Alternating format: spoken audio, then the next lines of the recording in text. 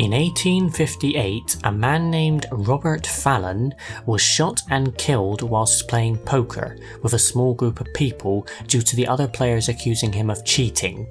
Fallon had claimed a $600 pot while playing, and now the remaining players were unwilling to claim it, so they searched around for a new player, and when they found one, they staked him with Robert's $600. However, by the time the police arrived to investigate the killing, the new player had turned the $600 into $2,200. The police proceeded to demand the $600 be passed on to Robert's next of kin, only to be surprised when it was revealed that Robert's next of kin was the very same player that joined the game after his father's death.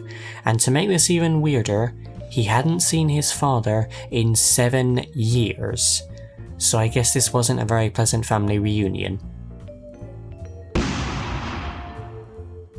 The year is 2002, and two 70-year-old twin brothers have died within hours of each other. But while this is weird already, there is a lot more that makes this even weirder. Both brothers died on the exact same road in northern Finland, within only 1.5 kilometers of each other.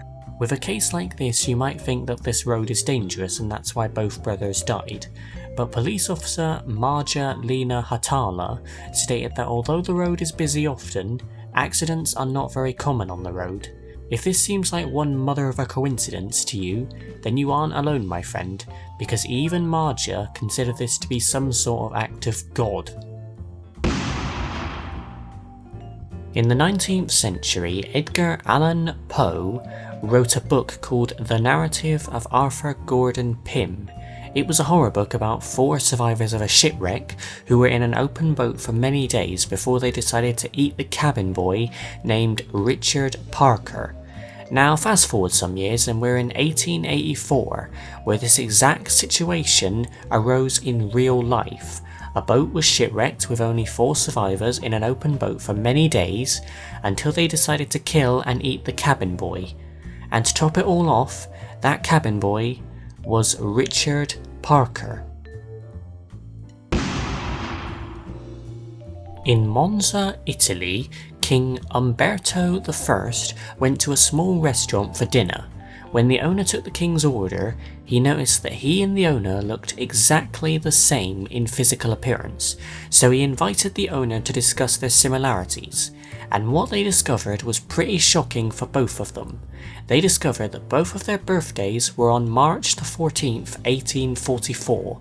Both men were born in the same town, both of their wives were called Margarita.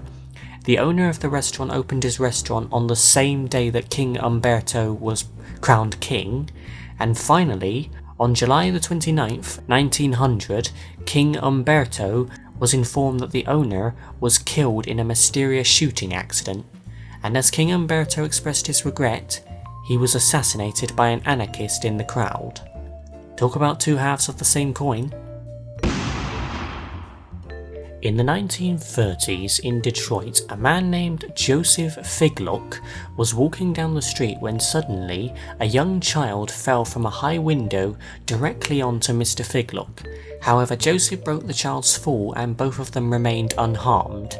However, a year later, the exact same child fell from the exact same window onto the exact same Mr. Figlock, and once again, neither of them were harmed in the incident. I guess Mr. Figlock makes a great landing pad. Hi, I'm Mr. Pad, first name Landing. Once upon a time, twin brother Jim Lewis and Jim Springer were separated at birth and adopted by different families. The two families were not aware of each other, but despite this, they named both of their sons James. The two boys grew up unaware of each other, but yet shared many similarities, almost too many. Both of them got into law enforcement training, both were talented in mechanical drawing and carpentry, both married women named Linda, both had sons named James Allen. Well, not exactly. One of the sons was named James Allen, and the other was named James Allen. But anyway, both brothers also divorced their wives and married other women, both named Betty. And finally, both had dogs, which they named Toy.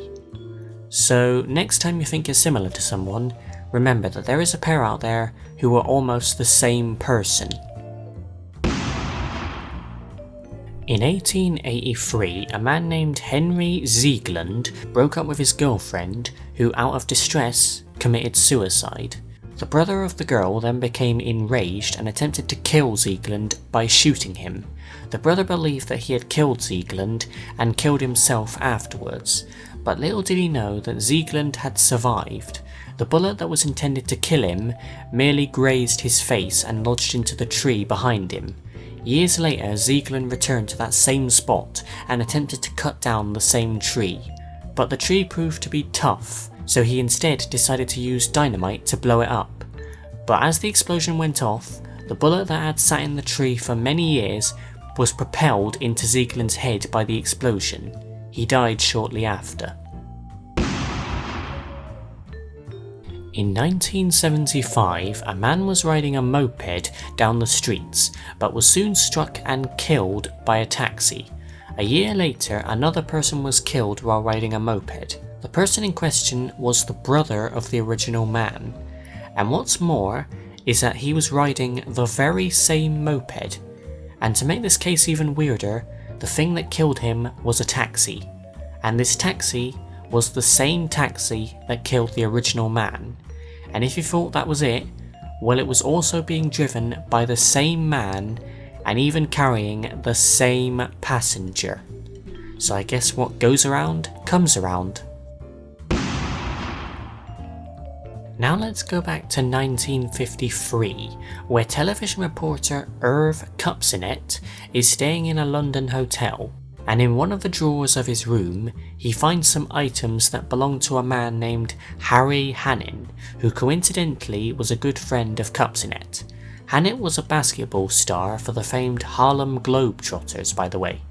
But we aren't done yet.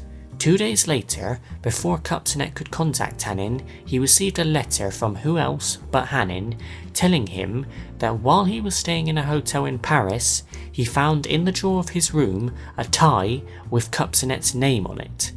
Don't these people know how to look after their belongings?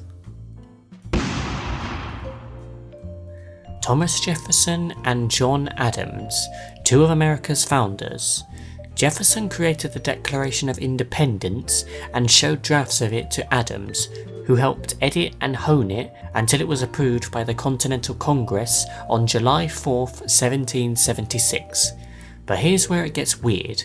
Many years later, both Jefferson and Adams died on the exact same day, being July the 4th, 1826. Exactly 50 years after the Declaration of Independence was approved. That's it for this list, guys. Thanks for watching, and I'll see you in the next one. Goodbye.